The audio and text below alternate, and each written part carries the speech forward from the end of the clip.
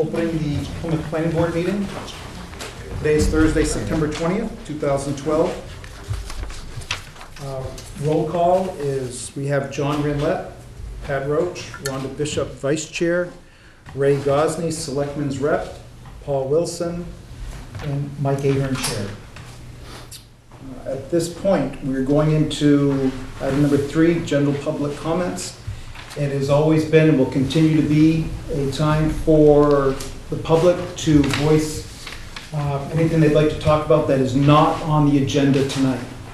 So if there is anybody who would like to speak, again, about something not on the agenda, they are welcome to at this point.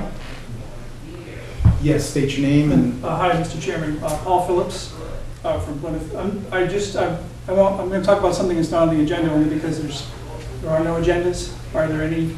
There were, agendas? have they all been taken? They're not there. No. All right, I'll make some more. It would also be helpful, I think, if we could close that back. Yeah, I was gonna say say noise coming from. Want me at the door? I get it. Excuse me. Thank you. Thanks. Seeing no, yes. Thanks.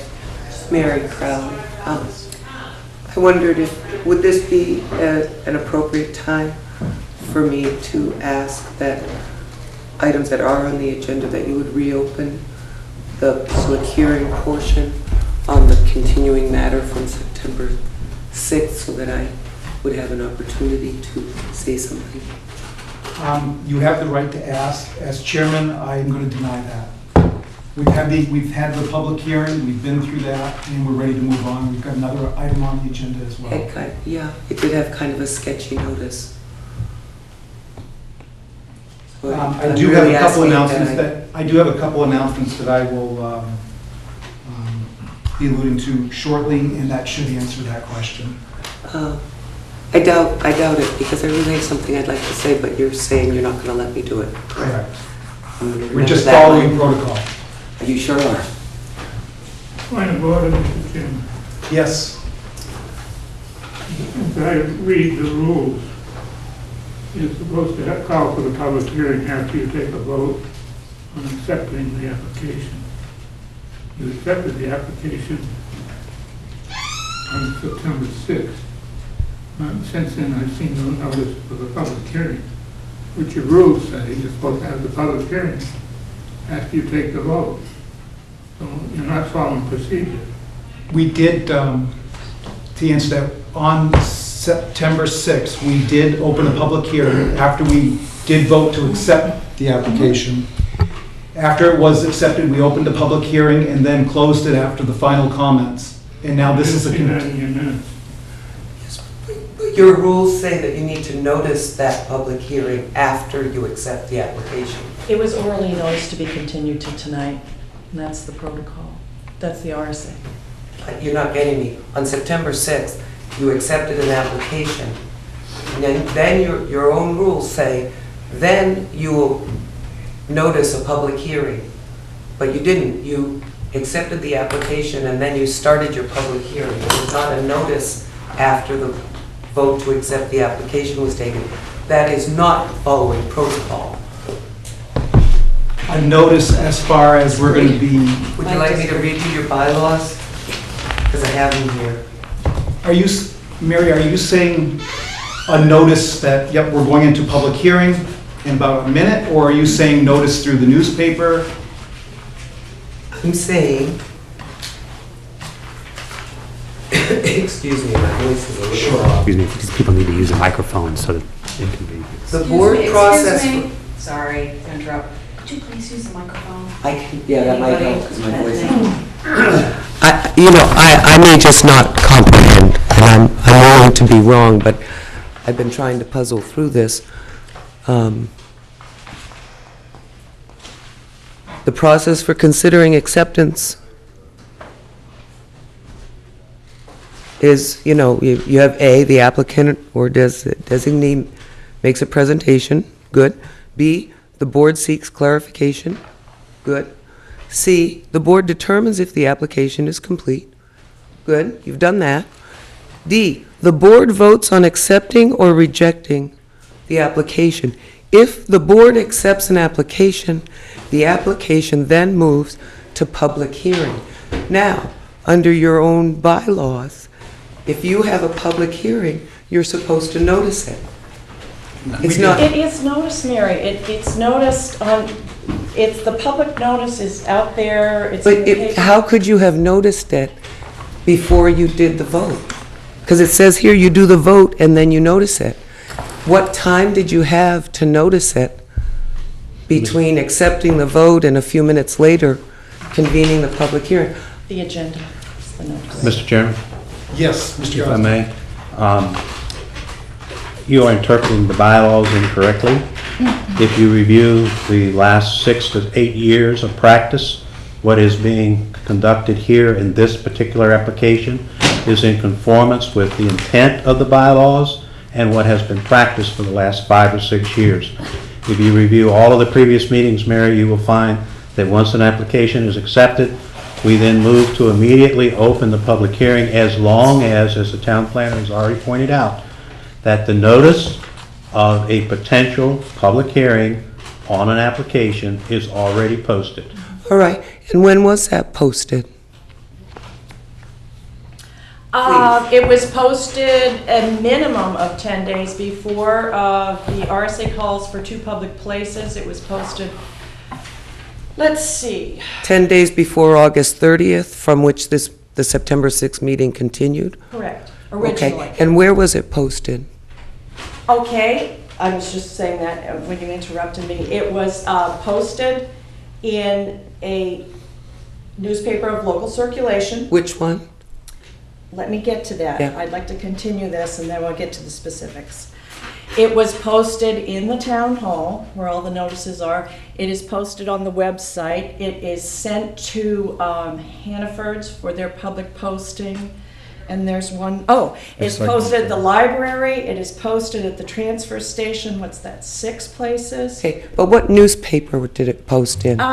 It was posted in the Laconia Daily Sun. Let me just find it. I have it right here. So we're posting public notices for important matters for Plymouth voters in a Laconia paper instead of the paper that all our Mary, area communities In order use? to accommodate anyone who was coming in this process, starting in July, before I changed the notification, and not the notification, the application submission time to make it long enough to accommodate publication in the Plymouth Record. We were missing dates and applications, all of them were getting pushed forward.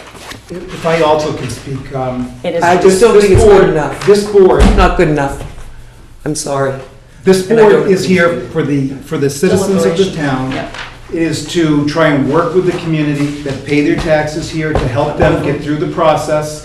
And if we can do something, and we were having a difficult time making the notices with all the information coming in, it was getting very difficult. This board made a decision that we would use in a public separate, session. in a public session, made a Some decision months we ago. would pick a different newspaper than the local paper, which is weekly, so that we would have plenty of time and make the job easier for the planner.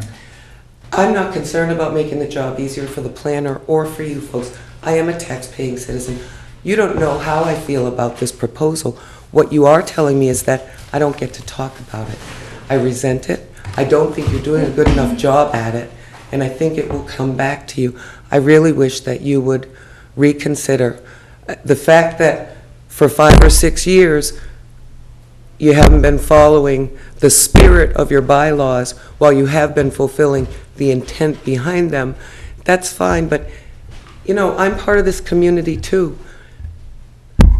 I don't think I should be expected to have to go to various public places if one of the places I'm supposed to be able to look at, you know, I go to the Record Enterprise, and I look there and I see the public notices for Campton and Rumney and Ashland, and I see some of the ones for Plymouth, but not all of them, because some of them apparently go into a Laconia paper. I don't read Laconia papers. I don't live in Laconia. It's a completely different community. So I'm just saying it's not good enough. Might be legal, but it's not good enough, and I wish you'd done a better job, and I'm sorry that I have to be contentious about it, but I don't think you're doing a good enough job, and I don't think it's good for the future development of the community to have it proceed in this way. Thank you for your comments. Yeah? Any other general public comments today? Seeing none, I close that portion and we move to administrative matters. I do want to read some comments that I have, maybe might address some of the concerns out there. Number one, there was an article written by the Record Enterprise. It was dated 9/13/2012 regarding the Riverside Landing subdivision. It alluded to the town paying between $60,000 and $100,000 in legal fees stemming from a decision made by the planning board. It alluded to that, the planning board had made a mistake and that we had to spend that money for that purpose. That was not the case. I do want to make a clarification. The zoning board for the town made a decision, and there was a challenge to that decision by one of the citizens of Plymouth.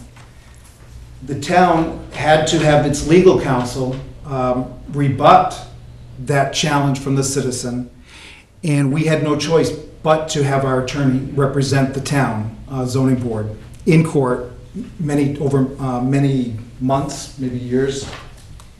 That cost the citizens of Plymouth between $60,000 and $100,000, that challenge by one citizen of Plymouth.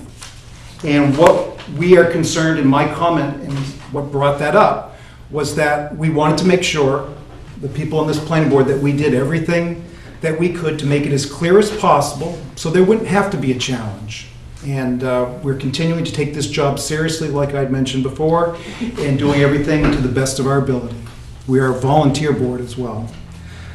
A second item we wanted to bring to your attention is the planning board, zoning board, and any other board receiving comment letters from the public receives those letters as correspondence and does not vet the validity or content of the letter as they submitted under the right to free speech. The third item, the repeated inference that the planning board or planning and zoning staff members are in collusion with and prejudiced in favor of the applicant in the Riverside Landing application, or any application for that matter, is untrue and unjust. The board and staff do not bend to any political will or pecuniary pressure, and to suggest that borders on libel. The fourth item, all recent citizen challenges to meeting protocols, procedure, and interpretation of zoning and subdivision site plan regulations have been reviewed and dismissed by the town's legal counsel as having no merit. That brings us to administrative matters, site plan review PID 214-006. A site plan application review request by Dwayne Besso for a proposed 960 square foot two-story commercial building on New Hampshire Route 25. Total existing acreage of the lot is 1.02 acres and the parcel is located in the agricultural zone. And deliberative portion of... Oh, that's... So, Sharon, do you Mr. want... Besso's here, I'll go over it. Dwayne, I'll just introduce it superficially, and then you can speak to the board. This is a site, well, let me just lead off by saying this is a very simple project, and as I had said earlier to the board at other meetings, I really think we need to get to the point where we have a protocol for minor site plan review, because in a lot of instances, they're very small projects. The owners of the land, as small-time businessmen like Mr. Besso, do not necessarily have the resources for hundreds and hundreds of dollars. I mean, all his stuff is perfectly legitimate, but for drawings and plats, and it's just more simplistic. That is allowed by RSA, and that sort of minor site plan procedure also exists in many other towns, so we might definitely want to consider that at some point. Anyway, very briefly, this is a site plan application by Mr. Besso for a 960 square foot two-story commercial building, which is under the 35-foot maximum on New Hampshire Route 25. It is essentially, if you're coming from Rumney, on the right-hand side, just before the traffic circle, just beyond the Federal House Inn. There is an old abandoned farmhouse next door, and it's tucked back in the woods. The total existing acreage of the lot is 1.02 acres, and the parcel is located in the agricultural zone. And as you've seen from the planner report, this is extremely low impact. It's an electronic automotive repair, and you probably can speak to that better, installing mechanisms in vehicles. So that's the extent of the vehicular commercial aspect of it. It is a commercial use, and it is allowed in the agricultural zone. So I'll let you go from there. Thank you. Mr. Chairman and ladies and gentlemen of the board, my intention is to, as Ms. Penny had pointed out, do an auto repair, very light automotive electrical type of installation. The building that I'm planning on putting up, I believe you may have seen copies of this. Basically a Cape-style structure, a two-car garage with a small office area downstairs. And this area up on the second floor, I was planning on doing something retail up there. The noise level will be absolutely minimal. The impact on my neighbors would be absolutely minimal. I'm hoping to get this started this winter and open in the summer. The building is actually a duplicate of a building that I've already put up on a piece of property that I have in Raymond. And I wanted to go this way because I already have a good handle on what the cost will be and what to expect in terms of time to construct it. That's probably about all I can, if you have any questions or anything. Any questions for the applicant before we make a determination whether it is complete? Yes, Mr. Wilson. Yeah, I just have a question about the, about wastewater.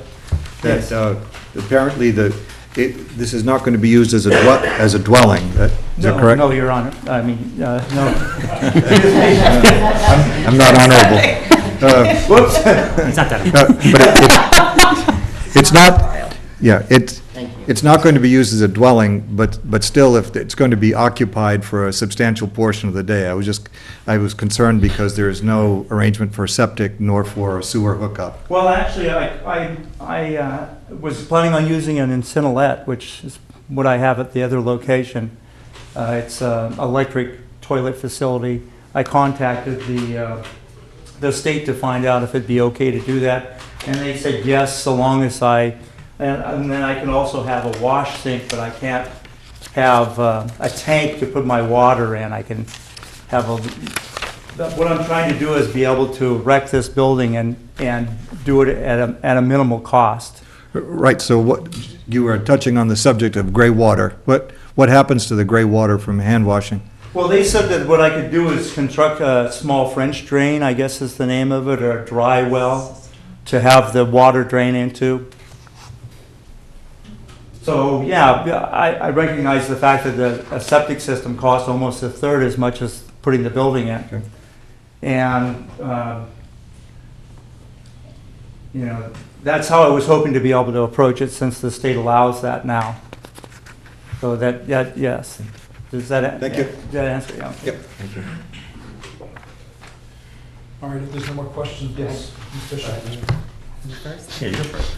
I just have a question. You had, I don't know whether in Raymond you do have a retail business upstairs and that you're thinking of putting here. I just didn't know what kind of retail business you're thinking of. Actually, the building that I have in Raymond upstairs is my man cave. I have my pool table and my That's big your screen retail shop. TV and couches and stuff like that. But here, since that space will be all open, I thought maybe I was going to try and do something of a retail nature. I was for a while toying with the idea of maybe putting a snowboard shop or something like that upstairs.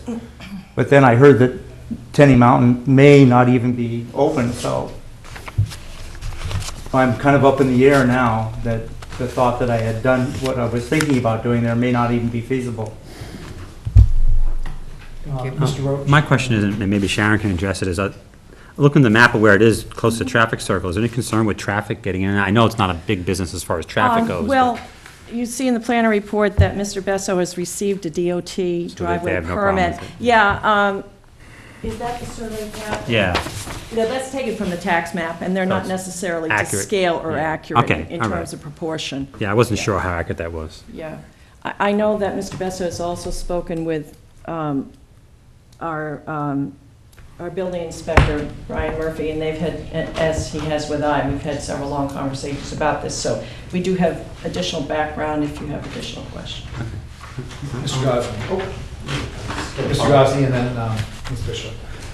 With the reference to potential use of the second level for retail or other commercial, question that I've got is, are there provisions that are already being entertained for ADA requirements?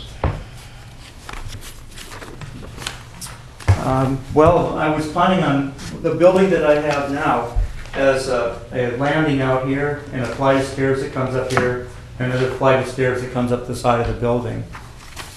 So, you mean in terms of putting a ramp in?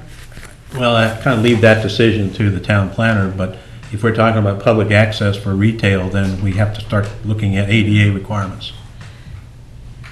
Right, if I could interject, at this point, we haven't received any specifics about retail. I think retail is a potential, perhaps future thing, and that's where we would have to look specifically into that. It's sort of an expansion of use, if you will. Right, yeah. Right now, we're just talking about the auto section of it, and then I would imagine I'd have to come back to you folks and talk to you if I wanted to do something upstairs. An amended site plan. Amended site plan? Yeah. Thank you. But I'll add that to my thoughts about how I would approach that. Thank you. Ms. Bishop. Yeah, I just, in regards to the driveway and that sort of thing, if they've contacted the road agent, I know that you had mentioned Brian, but. It's New Hampshire 25, so DOT has all the jurisdiction, and Mr. Besso has received a permit, so all the safety issues have been satisfied. Sharon, any other comments from the town before we decide whether this is acceptable? Well, as I said in my planner report, it is extremely low impact visually and otherwise. This is 960 square feet, pretty small. The majority of the acreage would remain wooded. I believe Mr. Besso was looking at clearing 100 by 100 square to get the building in, 1,000 square, 10,000. Yeah, actually, we were up last weekend and picked 4 trees that would be the corners, and then what we're thinking about doing is sort of taking out the footprint of where the building was, because I like the trees also, and I'd like to maintain as many of the, original trees on the site as possible, and kind of keep this, down a driveway and sort of, not an eyesore for the road. Tucked away. I know you guys are concerned about development on this road. I would, at this point, entertain a motion from the board that it is complete unless... I just have one more question Sure, to Ms. ask Wilson. that occurred to me. This will be set back then, some 45 feet from the road. Yes, and sir. pretty much surrounded by trees. So Yes, sir. what are your plans for signs for the business? Well, I think on some of the paperwork I filled out, we were talking about doing I think it's a 3 by 10 foot sign or something in that realm.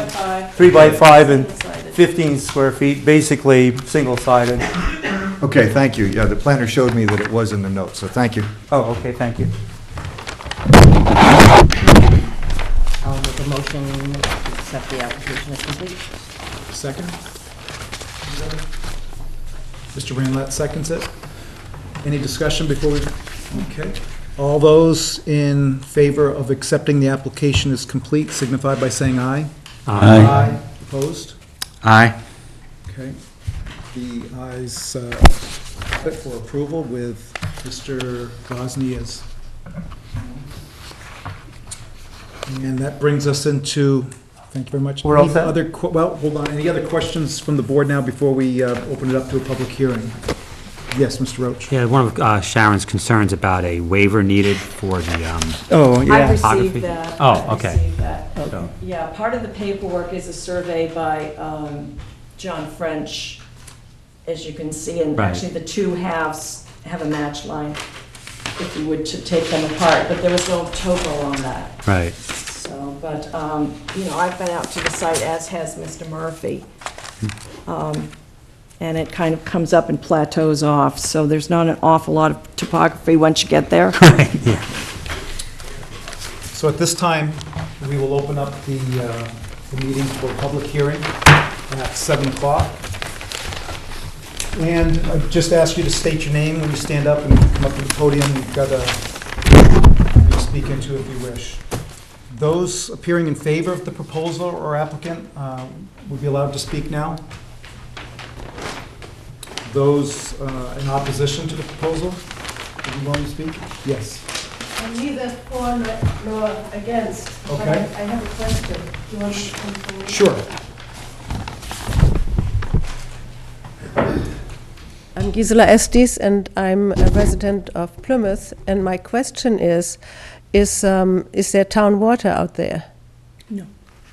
And so if there's no sewer and water, doesn't it require 2 acres for a building? Not in that zone, ma'am. No. Okay, No, it doesn't. okay, No. thank you. You bet. Yes. Mary Crowley again. I'm neither for nor against this either, but I can't help but notice that once again, we've gone from acceptance of the application directly into public hearing, and I think it's wrong. And I think the fact that you've been doing it for 5 or 6 years doesn't make it right. And I'm asking politely and insistingly that you stop as a planning board doing that, and that you give this community an opportunity to have breathing room between acceptance of an application so that they can process thoughts and concerns about any proposal that comes before the planning board and have meaningful and adequate public input into it in accordance with our master plan, our zoning ordinances, and our interests as citizens. Thank you. Anyone else speaking to, wishing to speak in a general nature about the application? Seeing none, I close the public hearing at 7:01, and we bring it back to the board for any other questions. And I'm sorry, I probably should have given the applicant a chance. If you want to say anything that was rebuttal to anything that was mentioned, you're welcome to, but I didn't see anything that you really needed to rebut, so. The only thing that I would have to say is that it's nice to be associated with a town where the people are concerned about what's going on in their city. Now bring it back to the board. Questions for the applicant? The only question I have, Yes, again, Mr. it's probably Roach. more for Sharon. I assume even though it's a minor, small building, that erosion control and everything will still be met while it's being built as far as excavation and stuff goes. Oh, absolutely. That's Right. where Mr. Murphy comes in Right, as the right. building inspector. And on something of a lesser impact and smaller, he essentially performs the same duties as Mr. Vignelli does for the Right, town. right. Absolutely, yeah, BMP's, Right. right. Okay. And also, the certificate of occupancy is the final permit, if you will. Right. So everything will be up to grade and up to past muster, or there won't be a CO issued. So that's the insurance. The only question I would have is, do we need, if we are to approve this tonight, do we need to put in a condition of approval that no residential use? I would, yes, I would. Okay. I mean, that just clearly defines it, which isn't to say that Mr. Besso or anyone else in this situation couldn't do it in the future, but it's a whole different ball of wax in terms of systems and requirements and meeting, you know, public health and safety, and it's just a different entity, as would any change of use, other change of use. Mr. Wilson? I'd suggest also that if it is approved tonight, that there be a written provision, a condition put on it that the conversion of the second floor to any other use other than what it is when built be brought before the planning board. Also, Mr. Chair, if you look at the planner report, at the top half where that black line is, it says, technical review classification, none other than regular oversight by zoning officer, building inspector. However, a stamped as-built after the construction, Mylar, will be needed for filing at the Grafton County Registry of Deeds upon completion of the project. I just think that's very important. That's something that you could have a surveyor draw up, because it is a property that's being used commercially, and I have found in a lot of instances our records are very poor. So 10 or 15 years down the road or whatever, it's just murky. So a Mylar recorded at the Registry of Deeds protects you, protects anyone you would sell it to or whatever. So that will be kind of a last official requirement. So I would like to see that as a condition of approval too. In response to Mr. Wilson's concern about coming back to the planning board for any conversion of the second floor, the use of it, would that normally go just to the building inspector? Well, that kind of, that determination is usually made by myself or Brian, to the extent, is it an actual, does it require an amended site plan according to the site plan regulations? All this stuff starts with us first, and we make the determination. So if it is going to be a retail establishment where people will go up there, then you all would make those issues come into play, right? Determination whether it would come here. Correct. Okay. Is that would be enough, Mr. Wilson, or would you want it as a condition? But it would depend on the use. That's right. Well, at least the provision that it come back before the town planner. Oh, yeah. Yes. Because he wouldn't be getting a certificate of occupancy for that upstairs use. You think we need that to be as a condition? An advisory, I don't know. I mean, that's standard procedure, right? I hate to fill it with stuff that's standard procedure beginning, sets us down the road that. Oh, any change of, any additional use, addition, I don't know. Well, It's up to you guys.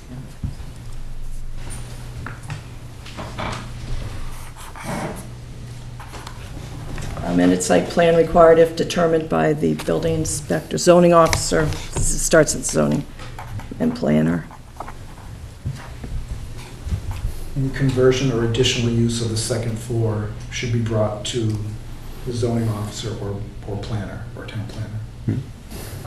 So we're looking, yes, Mr. Chair, I have a concern that if there's more use upstairs, that septic system may be needed. Oh, absolutely. That's my concern. I mean, it's yeah. hard to project, this is the Right, thing. right, We're trying to but- quantify future use that we don't have in front of us. Right, once you start to have, two businesses and customers and things, the need for running water seems kind of apparent, so. When did this state law get changed to allow a business? Is that something the applicant said that is fairly new? Composting toilet. You could use. Composting toilets, they've been around for a while. Yeah. Yeah. And it's probably due to the low number of employees you plan on having, I'm sure, right? Mr. Gosling. Mr. Chairman, the reason I voted nay, which I should have said instead of aye, on the acceptance of the application is because I believe there are certain components of an application that are important even when we're working to address what is an appropriately simple submittal that's in front of us. And in this particular instance, what was missing in my mind was at least a hand sketch of the site that was going to demonstrate some of the matters that are somewhat spoken to that deal with the issues of signage and where the signs might be placed, deals with the issues of landscaping, deals with the issues of any potential grading that's going to be needed, and the issue of where lighting might be placed on the site.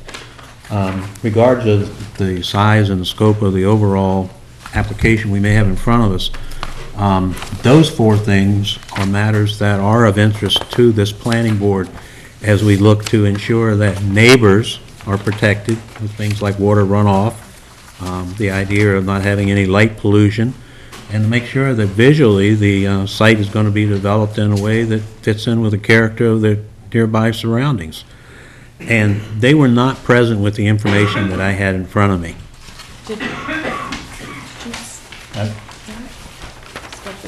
Excuse me. That's insufficient. It does not meet the needs that I would expect to see. And I do believe that we don't have to have anything surveyed for something like this, that it's just a hand sketch going forward in the future that speaks to those things. There was a clear effort to try to attend to those, no question in my mind on that. But what it leaves it up to is your interpretation of what's in writing, where it says 100 by 100 foot clearing at 45 from the roadway and 15 from the lot boundary. That's why we look for visual schematics, because each of us will interpret that a little bit different as we look at that. And that kind of information doesn't help you to make what I believe is an informed decision on moving forward on this project. I think it's one that's worthy, but I'm concerned that we're passing on the responsibilities that we've got to ensure that there's an appropriate level of detail, even in a minor application. What would you like to see in the sketch, Mr. Gothi? You said signage, parking. Yeah, the location of everything, and in particular, any type of drainage concerns that are going to have to be addressed, but the level of clearing, those kinds of things. And a hand sketch is more than sufficient in my mind, but the fact that it's just not there causes me to have pause. He does have this sketch here which shows where the sign is, 45 feet. 45 feet from the center line of the road, is that? No. From the property line, the size of it, and he shows the parking spots. Yep. Did a good job on parking, no question about that. Thank you. No, that's good. And then, if you can't read the small print because of the copy, I was going to do the external lighting and LED lighting and My suggestion, in order to move on this, is that that there be a condition attached that to the town planner's approval or acceptance, that there'd be a hand sketch submitted that she can sign off on, that it speaks to those issues so that we can move forward on this. I don't believe those things, while they're important to me, as long as the town planner has that information ultimately in her hand, there's no reason to hold this up.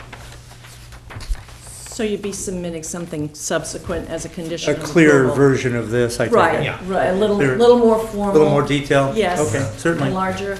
All right, whatever you need. Ms. Bishop? Yeah, just one, I was assuming I had gone out to the site, and there was 2 trees there with wrapped pink ribbon, The pink, yeah. and I'm assuming that's where the driveway's going in? Well, actually, the one on the right-hand side is sort of like that setback, the 45 feet. And we would actually be coming in 10 feet or 15 feet from that for the driveway entrance. So there's like a Plymouth sign there, welcome to Plymouth. Yeah. So we're about 10 feet to the right of that and probably 15 or 20 feet from the rock wall. So, because if you go in, it's almost flat, and then you go up a little bit of a rise, and then there's a flat, sort of almost nice clearing there, where I don't have to do a lot of grading, and the ground is already naturally draining, so you don't have to worry about a lot of water coming through the site. So it seemed like the best thing to do was work with the natural topography that was there, and just do it there instead.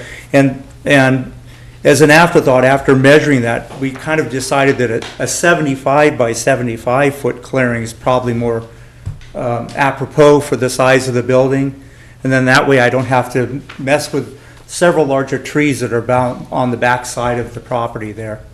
So I'd like to leave the setting, fairly natural, and do things as, hopefully I got across the idea of trying to do a green type of building so that I have a minimum impact on the land.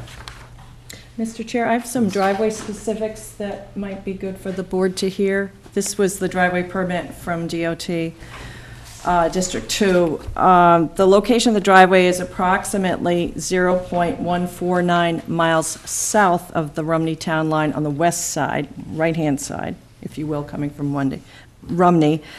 The driveway shall not exceed 15 feet in width. The entrance of the driveway may be flared, typically 1/2 of the driveway width. A new 12-inch diameter steel culvert is required for drainage at the driveway.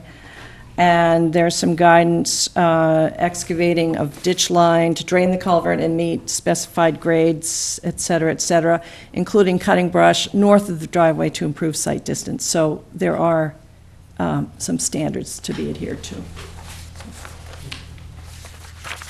All right, so we're looking at, if we do decide to approve this, that there are 4 conditions.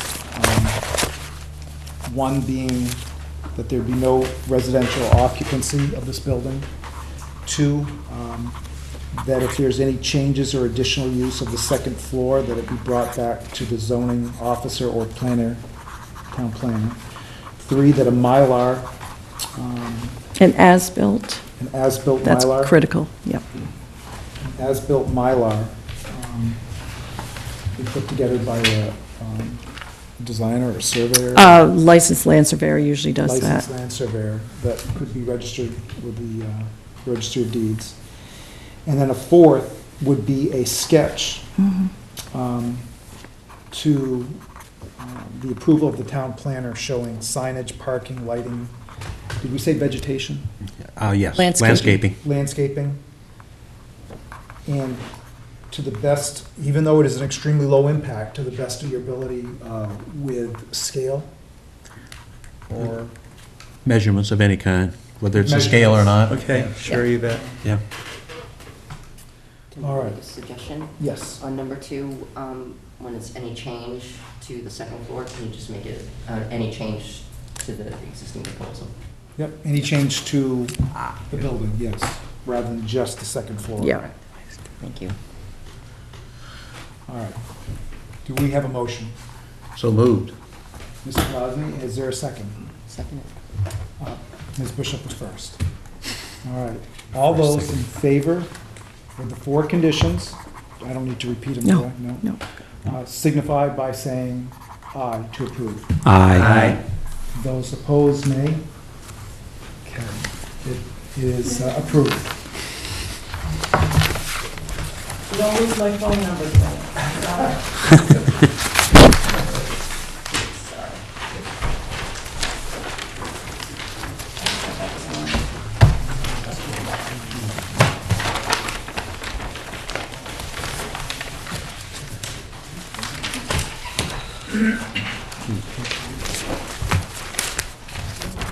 So that brings us to B, under administrative matters. Site plan review, PID 212-046/047, Lot 1 for a fast food restaurant, McDonald's. Single-story, 3,905 square foot building off a private access drive at the intersection of Tenny Mountain Highway and Highland Street. And I'll remind the public that the public hearing portion is over. We decided to continue this meeting to tonight to get the input from the town engineer. And I will let Ms. Penny handle it. This will be the deliberative portion of the application review, and you folks had asked prior to this that Mr. Vignali come, just to speak to any questions in general, but also, I don't know if I have my cheat sheet here somewhere, you had a couple of, here we go, a couple of specific issues that you wanted addressed, and then Mike was just going to maybe give a general overview. Let's see, there was a question about the capacity of the site for 10 and 25-year flood event after development. Okay, capacity. Okay, 2 other specific issues to be discussed were the future expansion, potential expansion, or just clarifying the future expansion of the existing Highland Street sidewalk, and some further conversation and consideration of any pedestrian crossings. I believe that was essentially the 3 items, or 3 or 4. Impact fees for, impact fees. I don't, that was kind of a tangential thing. The upgrade of the signal is essentially an impact fee, because there's nothing else that's generated as an impact. And then any, of course, any pertinent questions that come up in the discussion, so. Mr. Yes, Mr. I have a slight variation on that. My request was that we do have input from the town engineer as to not only the aspects from a technical standpoint about the extension of a potential sidewalk from where it ends right there at Burger King now to the end of Highland Street where it intersects with Tenny Mountain Highway.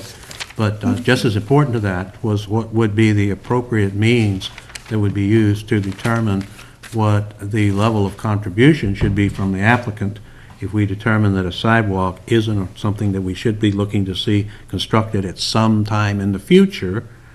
How do we collect an impact fee?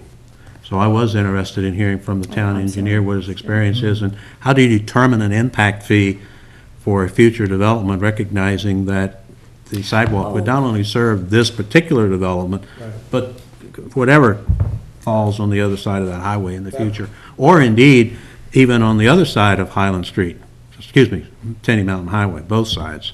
So I was interested what experience he might be able to share with us that he's had with other towns and calculating what an impact fee should be. That was my recollection.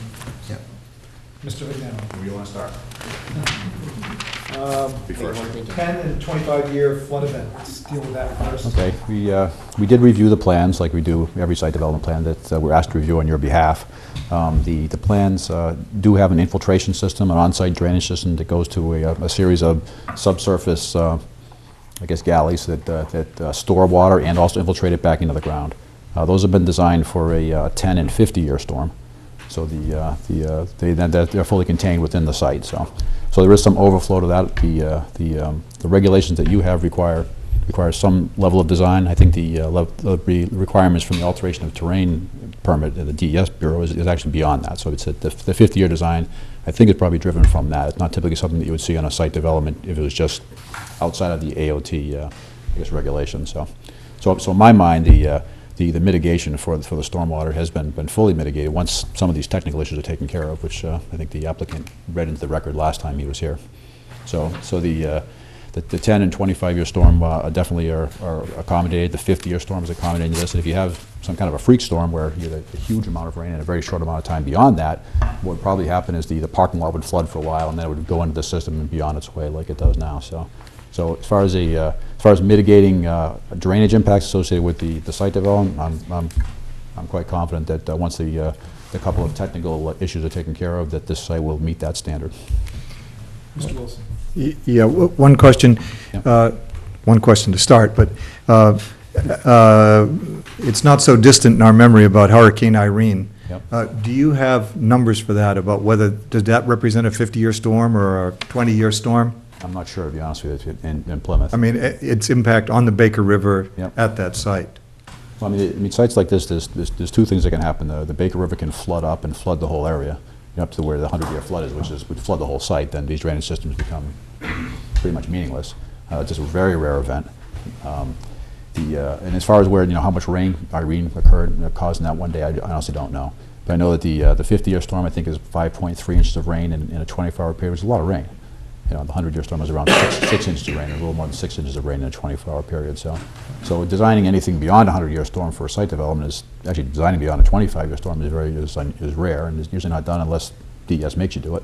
And then so the fact that this site can drain the 50-year storm and does a lot to recharge water back into the ground, I think it's a good thing. So I mean, when I looked at the design that was presented, I look at it from what your regulations say, what I think the Alteration of Terrain Bureau will ask them to do, and what good engineering practice is. And in all three of those cases, I think that they met those standards. But I can't tell you exactly what the rainfall was for Irene and how this would affect that. If we do get something that's beyond the design capacity of the storm, which I think is around the 50-year storm, I think, like I said before, what will probably happen is the infiltration capacity will get full of water, and the water that's going into the catch basin won't be able to go in there, so the parking lot will fill up, and it'll basically pond in the parking lot for a while, and then it will go down. I think that's very unlikely that's ever going to happen, frankly, but if it does, then that's probably what would happen in a sort of a freak rainfall event. Yes, Mr. Johnson. Your last comments were very helpful for me. If I was to restate what I believe you said, was that a 25-year event is just over 5 inches of rain in a 24-hour period? I think 25 years is maybe 4.6 inches of rain. Okay. And 50 years, 5.3 inches. It varies throughout the state, and I'm not sure off the top of my head, but it's about that. It's helpful to hear it in those terms, because when we hear 25-year event, right. What does that mean? But if you say, it's 4 inches in a 24-hour period, then most of us can grasp that kind of concept. So And- thank you for that. That's most helpful. Well, the way the drainage analysis and the hydraulics of all this work and the hydrology of it is, it doesn't assume it's a uniform rainfall over that time. Basically, when you look at a smaller site like this, it assumes it's going to occur over several hours, not over still 24 hours. So you're getting a whole bunch of rain in a very short amount of time when you do the analysis based on the method they use, which is a standard method for this site. So it's even a little more conservative than that.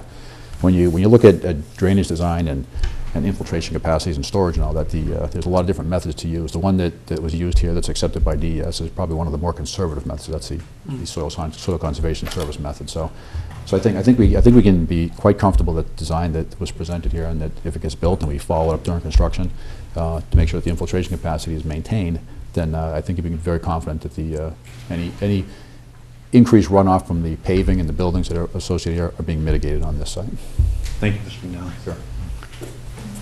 I guess you can take a measure as you walk now. Yeah, well, so sidewalks, the second thing, I think I talked about. When I looked at the site, I couldn't help but notice, of course, the sidewalk that goes right down to Burger King, and it was built over the years through a transportation enhancement program that the town applied for, got funding for, and then built. And then there's this small link from there to get to where these sites are. The recommendation that I made was that the planning board and designers should consider the possibility of a future sidewalk. I mean, for me, it's up to you to decide, not me, but for me, I don't think that there's a large, especially with the interim signal configuration, there's a large demand for pedestrians to walk across Tenny Mountain Highway at this point. But out of the full build-out, when they're doing roadway reconstruction, almost up to the point where the sidewalks are now, maybe just shy of that, there may be, depending on what gets built in that area in the future. So it'd be, I think it's good planning from a town standpoint to connect all your potential, I guess, destinations and where you originate from, and make as big a sidewalk network as you can in your community, so you can encourage walking, basically. Have as many people walking around town as possible. Will a lot of people walk down Highland Street across Tenny Mountain Highway to go to McDonald's instead of Burger King? I don't know. I don't think there'd be a lot at this point. So that's a recommendation that I made. Mr. Chairman? Yep. Could I please ask you to speak a little Yeah. closer to the microphone? Oh, sure. Thank you. I'm sorry. So I guess what I'm recommending at this point is that any design that goes into the signal is really has that plan for the future, so that if in the future something goes in there where you want to continue that sidewalk down, then it would make sense to do that, and make sure that when they locate the signal hardware, like the mast arm, the poles and all that, which is part of this process, even though it's only interim build out, the poles are going to be located where the ultimate build out is going to require them to be. So what I'm looking for now, what I'm suggesting anyway, is that you require them to just make sure that if a sidewalk is going to go down, I guess, one side or the other of Tenny Mountain Highway, that the equipment that is put in now accommodates that future use.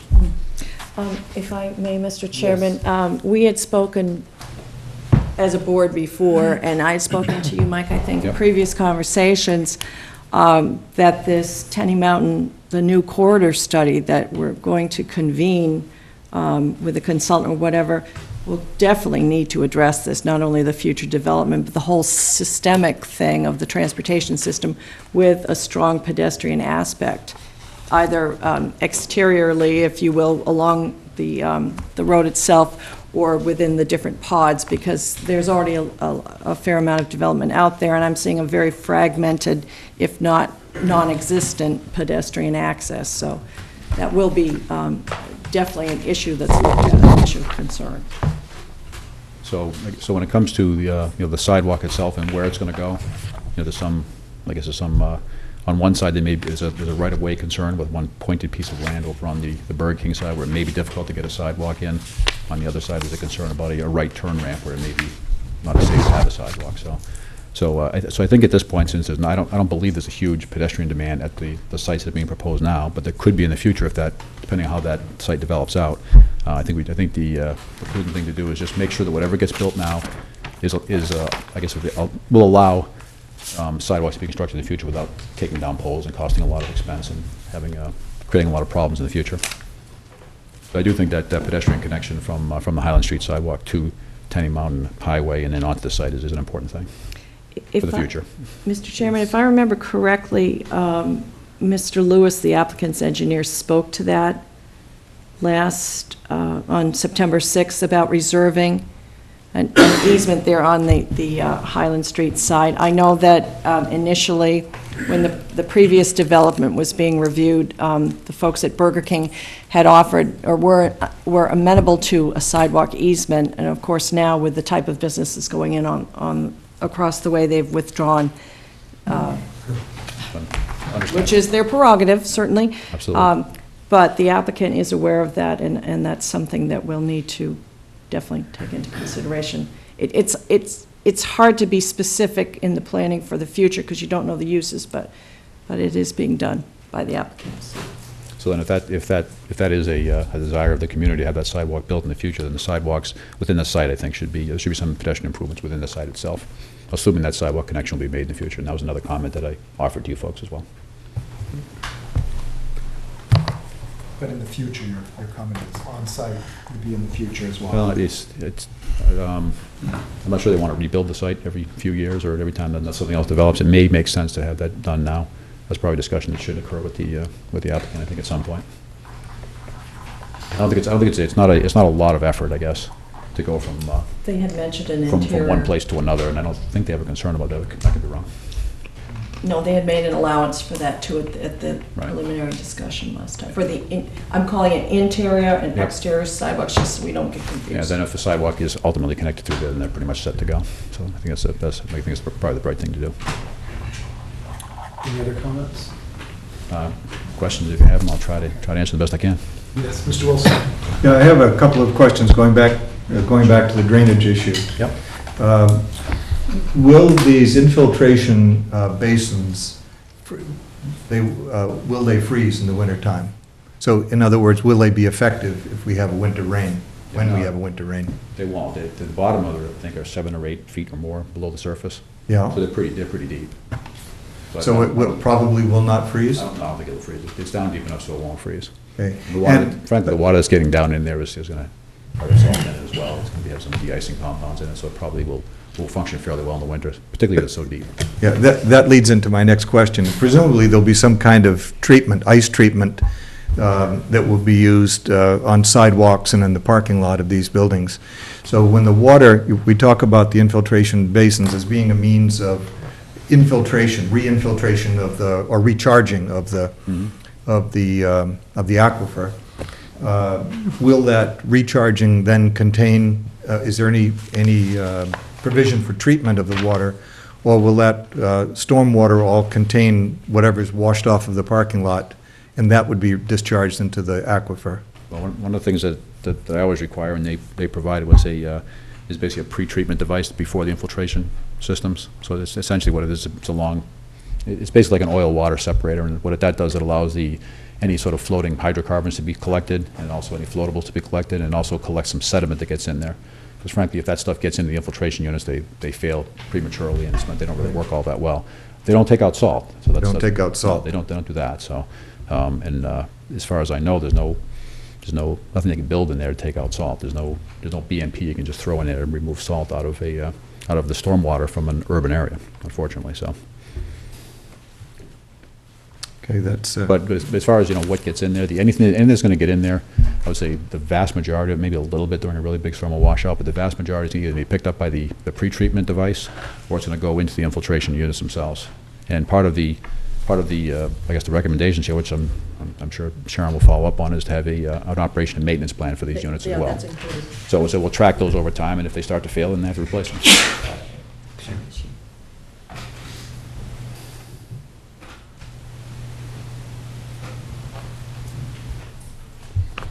Questions for Mike? Mr. Chair, I don't have a question, but I think the applicant said that the poles for the lights would be far enough back to allow sidewalks in the future. Is that correct? Light poles to hold up the signal lights. Oh, I believe he did, and then he said they were going to be They're gonna be the channel so that the wiring could be done. Right.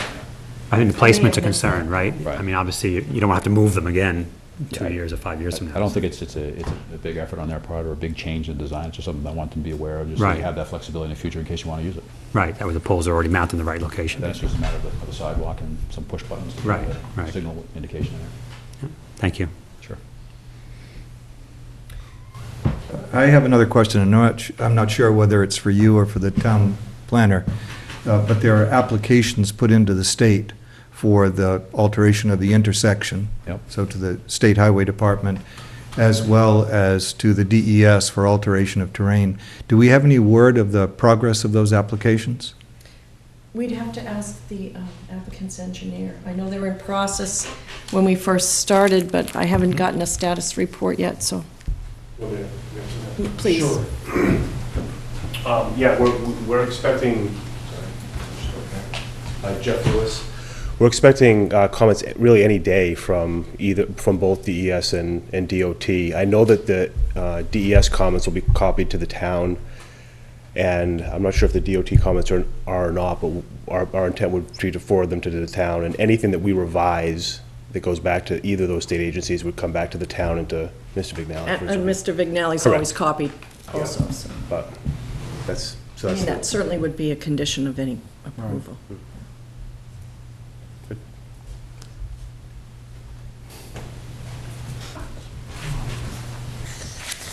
Any other questions for Mr. Vignali? At this point, any other questions for the applicant?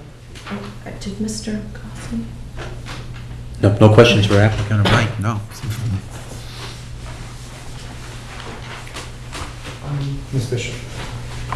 I don't know if he can help with this or not, but when I travel down the road and I think that on Tenny Mountain and I'm heading westward, and I think if I'm going to take a right into this development, I kind of picture whether there's vehicles in front of me or if I need to go into the development, and it seems to me that it would be fitting to have a pull-off on there. A slip lane? And I don't know whether Right turn. you've ever had a... Right turn lane off Tenny Mountain. Yeah, so if you're heading west on Tenny Mountain and you're going to turn right into this development, that right now the proposal is just to do a right straight through the lights. And I'm looking at that and I'm thinking, if I'm like the 10th person behind the cars and I want to turn to the right, I'm not able to get out of the way from people behind me where I can easily get in there. Or even when I get there, I'm going to stop people behind me because I need to take a right. So I'm just wondering what your thought is on that. I have the plan if I know that if that would help. I mean, right turn lanes can help sometimes, and if you have a relatively high volume, maybe they make sense. I think on something like that, it's DOT has the traffic information, has all the volumes, that's a state highway. And I kind of defer to their judgment on whether a right turn lane is required there or not. I think if they felt there was, they'd ask for it. You know, the comments that we made about the site and the traffic on the site were really related to the town roads and to the access drive from McDonald's, which was close to the intersection, which I know the applicant's working on now, make some changes to that. As far as, the intersection configuration itself, it's on a state highway, and DOT has jurisdiction there and would make those decisions. If it's something you feel strongly about, certainly could suggest it to DOT. That they haven't required, I don't know if they've required it yet or not. I don't believe they have. So if they have, then it'll certainly be included on the plans. But does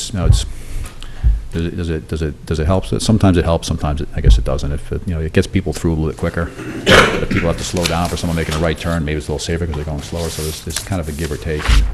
There's pros and cons worth putting. You're going fast. Well, I mean, you can go 40 miles an hour. With 40 miles an hour, they could. That's so I guess is in my opinion, on right turn lanes, and this is not necessarily for this particular project, but in general, sometimes they help and sometimes they don't. What they can do is they can, if someone's making a turn, then everybody kind of slows down for them to make that turn, then they're on their way. If they just get off the right turn lane, everybody just flies right by a little quicker. So in some ways they may improve safety, but on the other hand, if there's a lot of volume, then you really have to have them because then folks can get aggravated and just do all sorts of crazy things. So there's kind of with right turn lanes, if you have a high enough volume, I think they make sense. If you don't, then they probably don't. So, and on this one, I have to admit, I didn't look at that. I didn't look at that in particular because it was on DOT jurisdiction. It's not really a call that we can make. It's really up to them to make that decision. Right. Thank you for your. Sure. Mr. Goffman? Because there was a matter of process, a communications that was brought to the board again tonight, I think it's important to correct or amend a statement that I made earlier for clarification, because I think it demonstrates overwhelmingly the efforts that not only this board but previous planning boards dating back to 1994 have made to address the issues that Mary Crowley was speaking to. I could only speak personally without checking the record for the last 6 years, knowing what the bylaws were that I was a piece of us rewriting back in 2006. And it became very clear in the words that were crafted in that document that the intent, spirit, and legal requirements that were being addressed in those bylaws were to completely move into a public hearing immediately upon acceptance. And in checking the records, there have been 4 revisions of the bylaws since 1994. And the practice has been in place now for 18 years to conduct the activities of this board as we have continued to do them recently. It has been a decision that not only the planning board has made, but the select board has made because of the need to expedite and be timely in matters that are important to the town, to rely on another system of communications that uses a publication to no longer use the record enterprise. We find that the publication dates of the enterprise and the deadlines that we have to adhere at both boards do not permit us to use that exclusively. The select board has made the decision to use a paper out of Laconia that is published daily, because there are times that the select board needs to have meetings and we have a requirement to advance notice when those meetings are going to take place. Things move in a much more timely manner in today's world, and there have been decisions made to use other publications in the interest of the town, not as was referred to as the interest of the planning board. It was a decision that was made by this board because it was in the interest of the town to move matters forward. I think it's important that that be on the record in support of the work that this group continues to do. And also, I believe this is RSA's. The planner, the articles for public hearings. It gives us The direction. protocol is based on RSA's, yeah, Right. there's clear direction in the RSA's. And on this Article 8, the board votes on accepting or rejecting the application. If the board accepts an application, the application then moves to public hearing.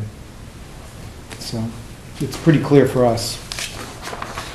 So at this point, it appears that we've got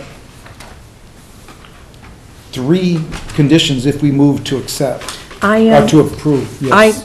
The police chief and I met in regard to just making sure we were both on the same page, the pedestrian issues. And he asked me to relay this to you folks. This is probably standard operating procedure, but he wants a guarantee that the preemption phase of the signal for emergency vehicle, fire trucks and everything else is in place. I presume that's standard? Okay, so that's a given. He also suggested that the interior sidewalk for the 2 proposed developments at this point in time is not at the front of the development near where all the traffic is coming in. I think this conversation was had, but further near the back, so there would be crossover. His personal opinion, which he voiced before, was that at this point in time, he did not feel that a pedestrian crosswalk across Tenny Mountain Highway was a good idea.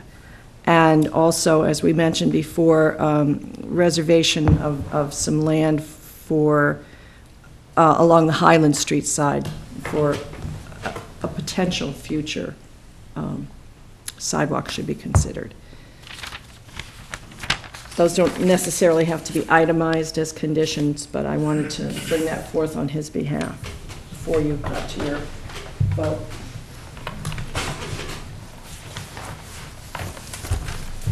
So it does look like there are 3 potential conditions, one being the pedestrian aspect for a sidewalk, which Ms. Penny mentioned, and a future crossing on Route 25.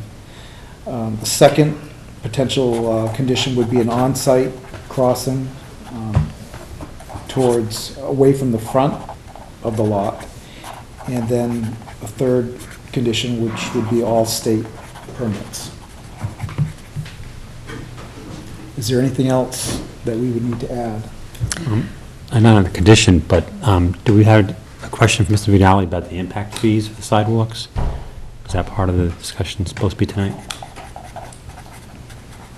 What does the board feel on that? I know that was kicked around at the last meeting. Right. Mr. Gosnell. I'm trying to kick it off the table since I kind of put it on the table. Cognizant of the fact that this group is going to undertake a corridor review, and with full knowledge that this would be one of the first types of impact fees that we would be looking to impose, in the absence of not having a clear definition of what we really want to accomplish with pedestrian traffic along Tenny Mountain Highway, my suggestion is that it's something we should be mindful of as we talk about these things, and certainly put future applicants on notice that we're again going to be revisiting that. But it's probably a little premature at this point to try to move forward with that, and I'm willing to step away from that at this point because timing's probably just not appropriate. I would agree with that. I do have a different view than the chief, having worked on Tenny Mountain Highway. The people who cross that road all of the time to get from one side to the other, and there's going to be a fair number of people that are going to be walking, and they decide they don't want to go to Burger King, they want to go to McDonald's, they're going to cross that highway. At some point, we need to address getting across that high volume. There's the latest study is I think it was 10,000 vehicles are using that highway a day. Most people don't recognize that. But I think it's something we need to spend more time on and not blend it in with this application. Yes, Mr. Randall. Mr. Chairman, didn't the developer talk about the crosswalk and the sidewalk development at future dates, not? Correct. Yep. Okay. And that's, was also addressed by the town engineer, who also agreed at a future date. All right. So I guess at this point, unless there's any more discussion, I would like to suggest one more condition. It's boilerplate, in addition to all state, local, and federal permits. And as we know, the language needs to say shall be acquired. All necessary town agreements, including maintenance of drainage agreement, 'cause these are all documents that have to be created, development agreement, construction easements, and construction surety, which would be basically a bond or whatever form of insurance to protect the town against any liabilities or, abandonment or whatever. That's standard, but I really would like to see it in there. can we just say all Please. town standard agreements? Yeah, I would just, if you wouldn't mind, just including, Construction engineering, town engineering oversight. I mean, it's implicit, but I want it explicit. Town engineering oversight, surety, and any associated development agreements, I think would Does that all capture it. combine to the same with towns, agreements in town engineer oversight, or are those two separate? They're two separate, well, they're town requirements, but they're separate entities Okay. as town requirements. All right. And obviously, the site plan will be recorded probably as an as-built after construction completion, if you go there. But that gets hammered out in these development agreements. That's the next step for any particulars. Mr. Gosnell. Mr. Chairman, a procedural question for your consideration. Since our meeting on September the 6th, the town has received 2 pieces of written correspondence in regards to these 2 applications. In the first instance, I wanted to go on record that the letter of September the 14th from a number of citizens here in the town was read. certainly believed by all of us. I can certainly just speak for myself. And I did approach it with an open mind and have weighed all of the points that were raised in that letter that was signed by, if I counted correctly, 3, 6, 9, 12, 16 individuals here within the town. I wanted everyone to know that I did consider those points that were in there as part of my deliberations. And also the letter from September the 12th from William Batchelder that I did read and review that. And the question I have for the chair is whether or not that particular letter is one that you may want to seek a vote of the board as to whether or not that should be read publicly.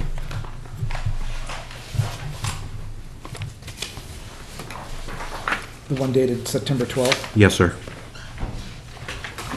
Excuse me, Mr. Chair, just for the record, Mr. Gosney, I'm sorry I'm not correcting you out of order, but there were some more signatures on those other pages. It was like 29. Pretty close to 30, yeah. Yeah. Okay. Yeah. The document that I was provided only had 16.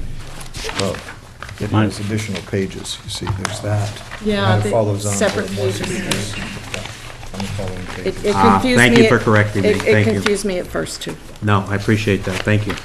So the procedural question is, would the planning board like to read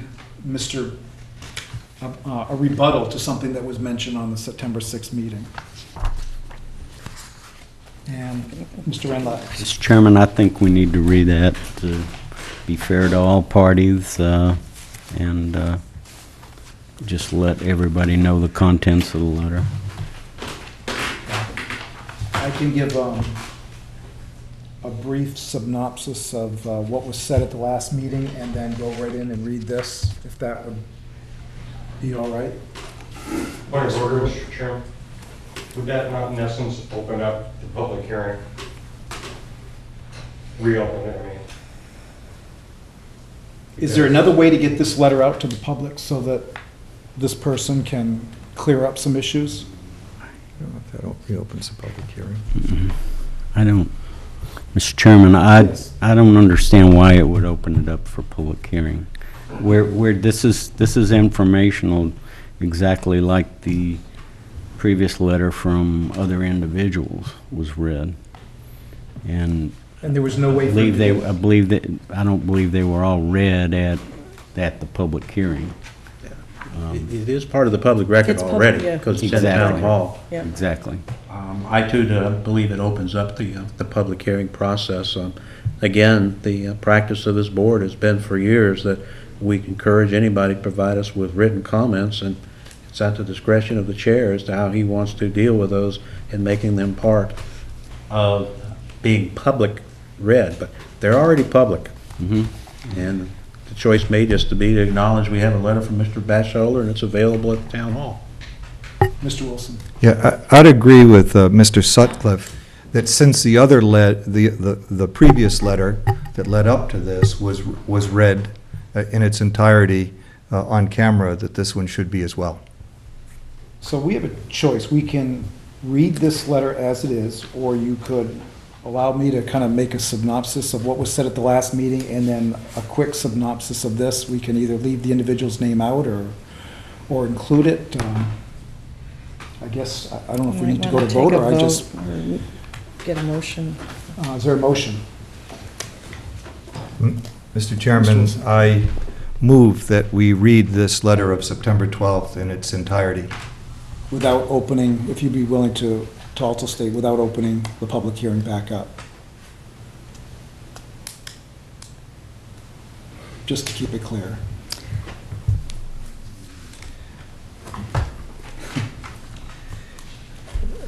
You don't have to.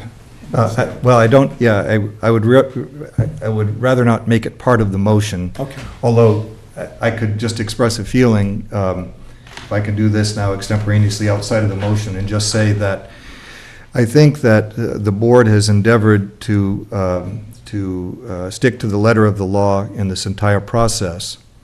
But I think that the board has also really bent over backwards for the applicant. If we go back to the original time that the application was presented at an open board meeting, that was just the end of August, and that was a special meeting at a non-standard time that was done for the benefit of the applicant. Furthermore, we had a public hearing on the first Thursday of the month, which is normally a work session.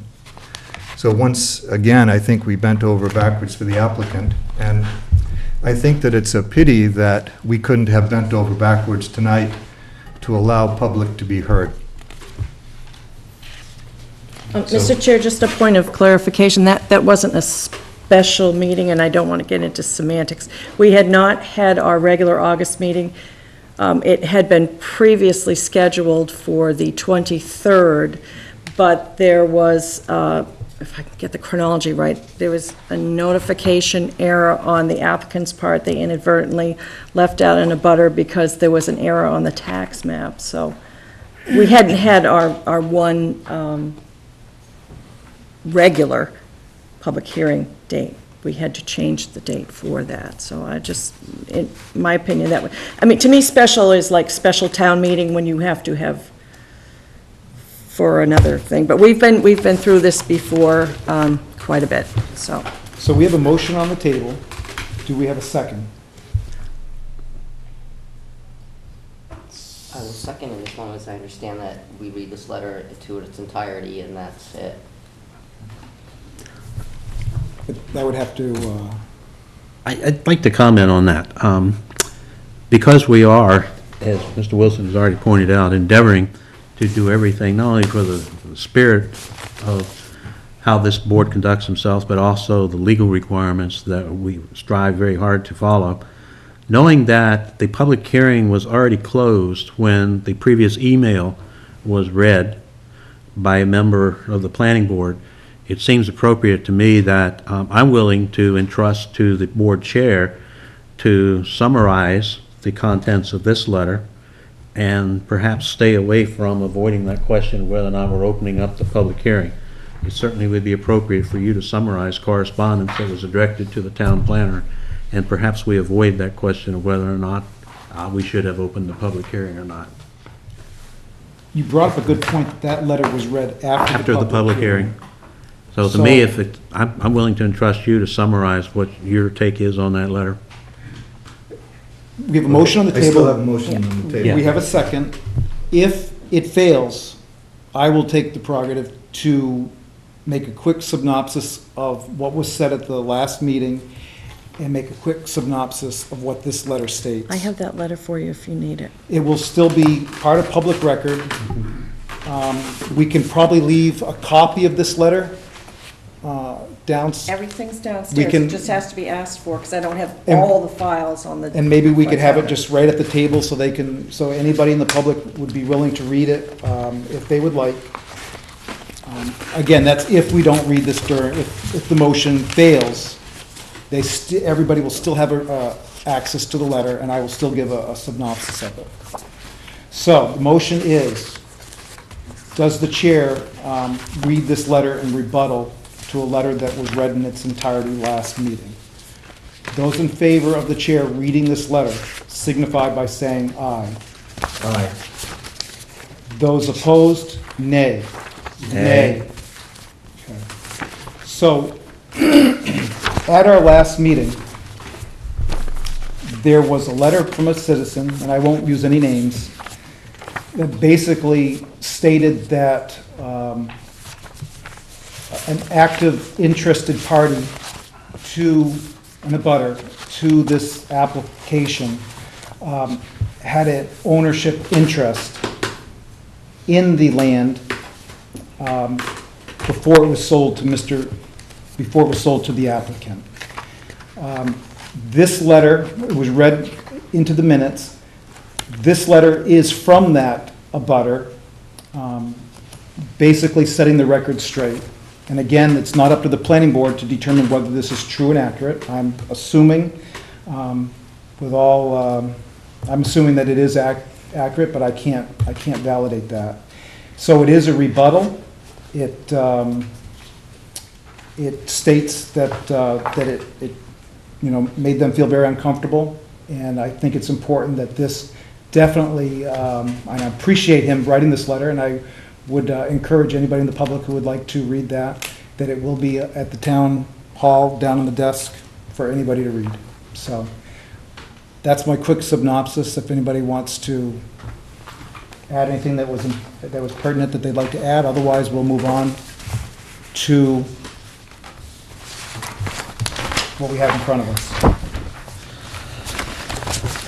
It looks like there would be 4 conditions if we decide to approve, and I am looking now for a motion.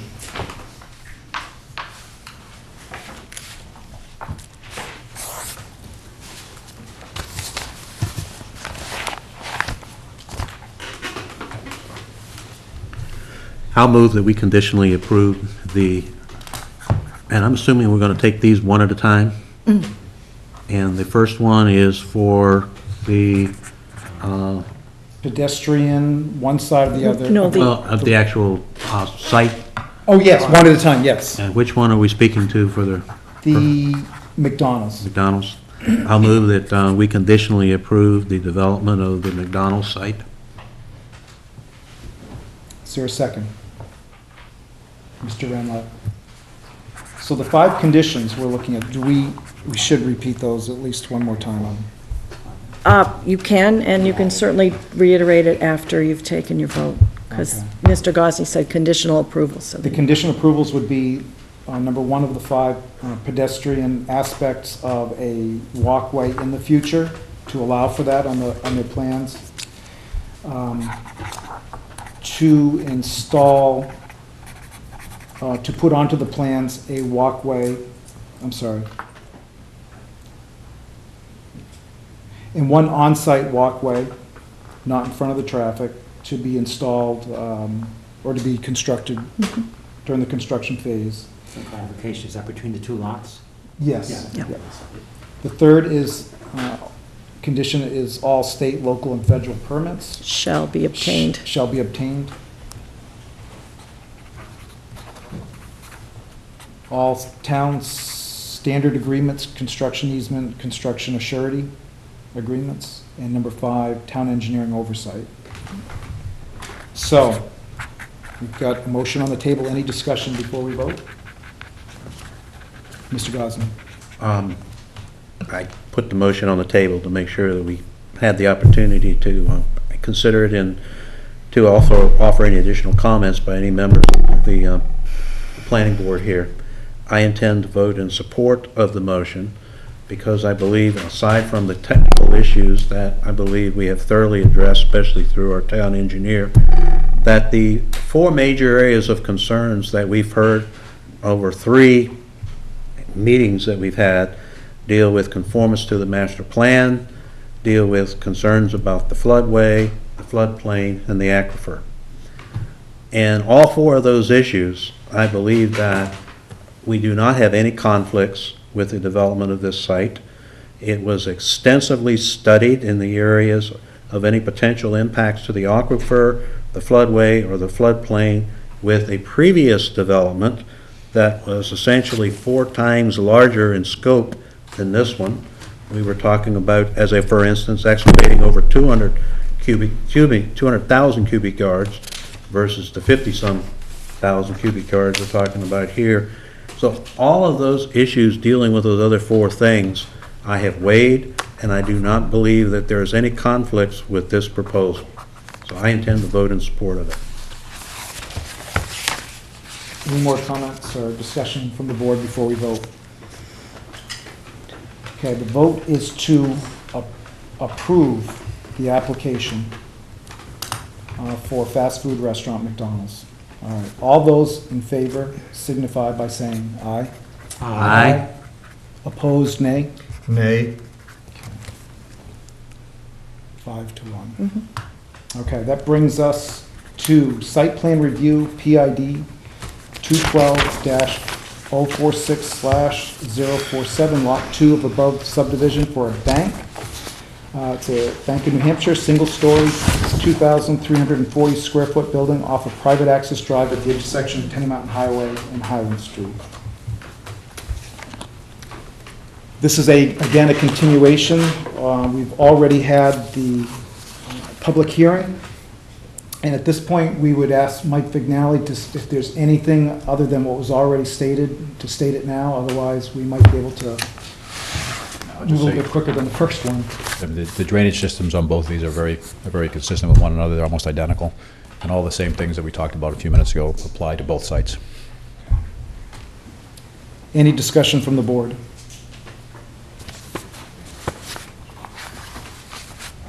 Seeing none, I am just going to assume that the same 5 conditions would apply to this site for the bank as it did for McDonald's. So if there's a motion to put onto the table, we can move ahead. Mr. Chairman, I make a motion for the conditional approval with the same 5 items as the McDonald's site. Is there a second? Ms. Bishop, seconded it. Any discussion before we vote? Okay. All those in favor of approval of Lot 2 of the subdivision for Bank of New Hampshire single-story building signify by saying aye. Aye. Opposed, nay. Nay. 5-1 again. So that brings us to item number 5 on the agenda, which is correspondence. Other than the letters and petition, I guess, if you will, that were received the other day, there's no new correspondence for the board. Item number 6, unfinished and other business. I don't think I Quarter have. study. Oh, well, I did give all you folks a copy of the executive summary for the old quarter study, which is about 9 years old, and the most recent, yep, which kind of, it's an overview and it's in a nutshell. It's part of the quarter study that North Country Council did. And the most recent traffic counts. Now, the DOT doesn't always take traffic counts in the same place, so that's why you see some years there's no data, and other years there is.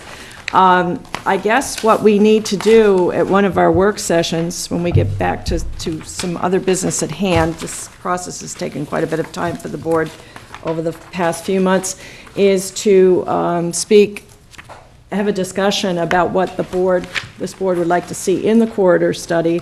I can work up some sort of an outline, and then we can take it out there, see how much money we have for it, and start advertising requests for proposals for the corridor study, because I think we need to do this as soon as possible, and it obviously should have been done sooner than, the last one being 9 years ago. So that would be some new business for us to attend to pretty quick. I think if we put this on the agenda for our next workshop, board planning.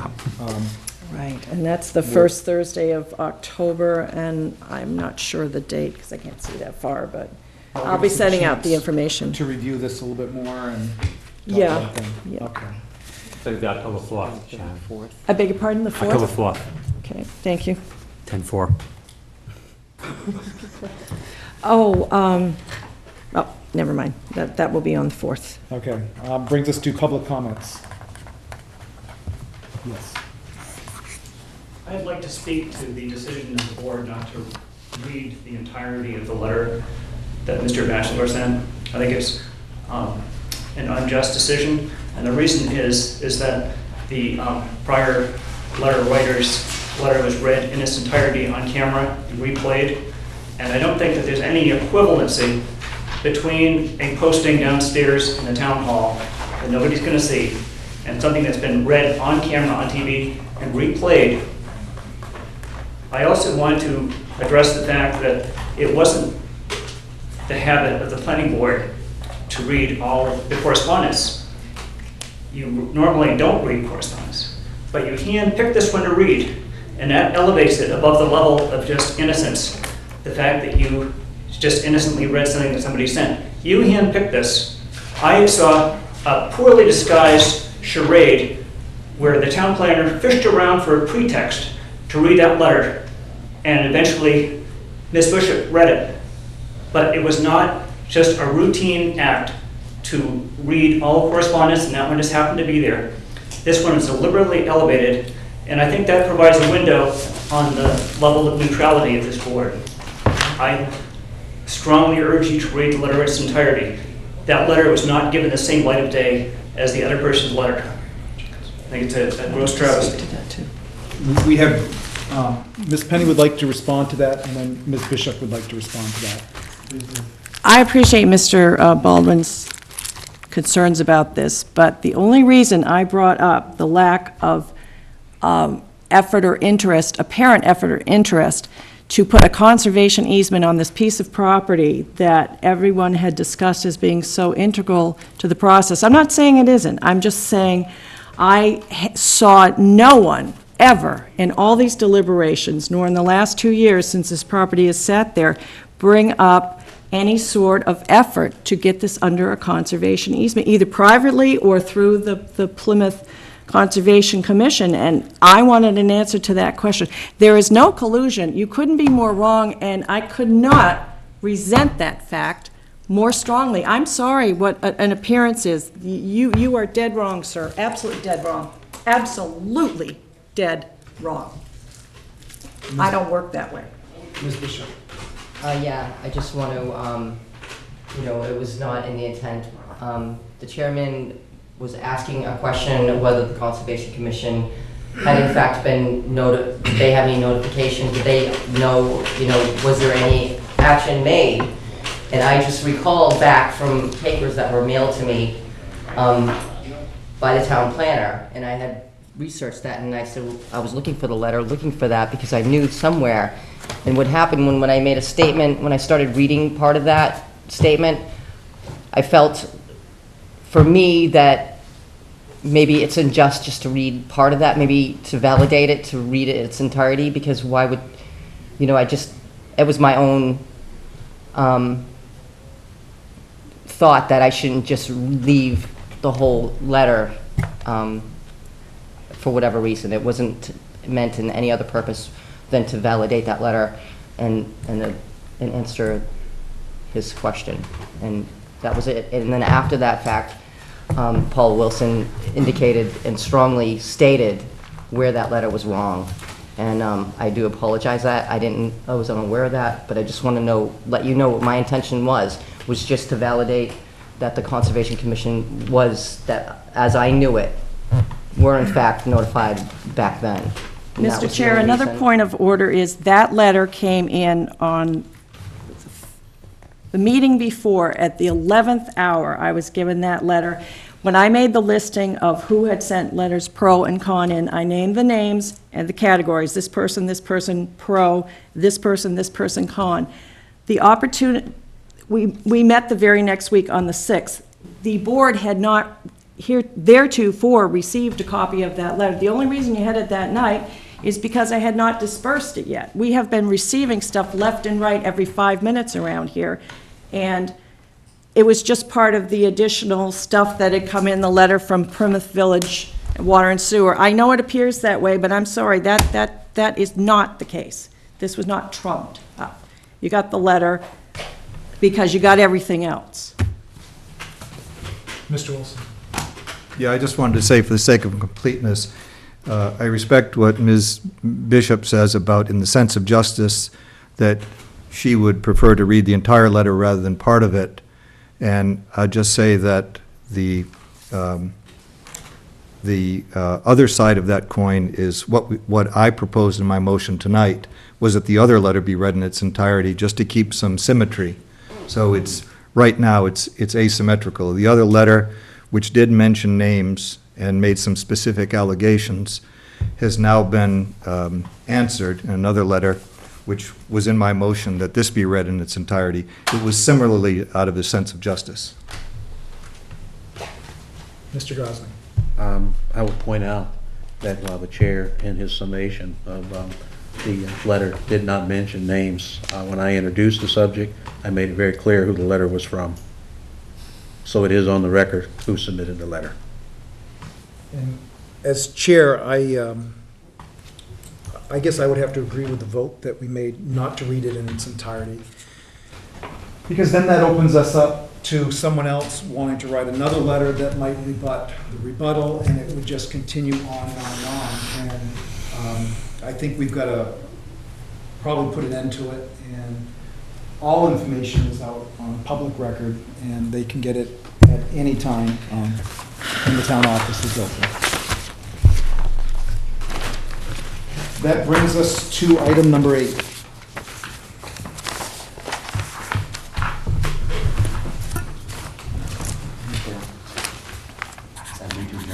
Yes. Motion to adjourn. All right, seconded by Ms. Bishop. All those in favor signify by saying aye. Aye.